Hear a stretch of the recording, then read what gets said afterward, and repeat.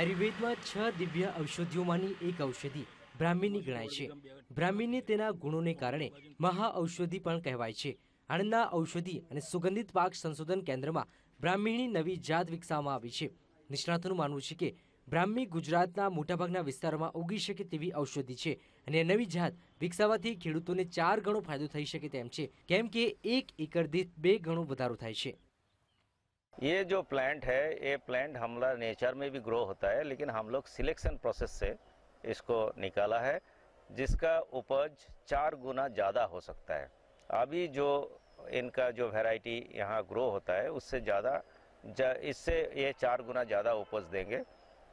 इसीलिए जो खेडूत को अगर इसको कल्टीवेशन में जाए तो उसको भी 4 गुना नहीं तो उसका आधा भी मिले तो 2 गुना लाभ होने वाला है। इसलिए इसका खेती करना खेडूत के लिए बहुत फायदेमंद होगा। બ્રાહ્મી ઔષધિ અનેક રોગના ઉપચાર માટે અકસીર છે। ખાસ કરીને ખેંચ, તાવ અને ગળાના રોગોમાં ખૂબ ઉપયોગી છે। વિદ્યાર્થીઓ અને ગાયકો બ્રાહ્મીનો ઉપયોગ સૌથી વધુ કરે છે। પૌરાણિક ગ્રંથોમાં બ્રાહ્મીને દિવ્ય ઔષધિ અને બ્રાહ્મીના ગુણોનો ઉલ્લેખ કરાયો છે।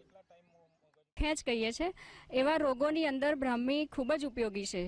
બ્રાહ્મી એ આયુષ્ય વધારનાર પણ છે। વાયુને લગતા રોગો, સંધિવાત, કોઈપણ જાતનો જૂનો તાવ જે મળતો ન હોય તેમાં પણ બ્રાહ્મી ખૂબ જ ઉપયોગી છે। બ્રાહ્મીને એટલે જ તો મહાઔષધિ કહી છે અને એને દિવ્ય ઔષધિ પણ નામ આપવામાં આવ્યું છે। પ્રગતિશીલ ખેડૂતો વૈજ્ઞાનિક પદ્ધતિથી થતી ખેતી પ્રત્યે જાગૃત થયા છે અને બજારની માંગ મુજબ ઔષધીય ખેતી તરફ વળ્યા છે।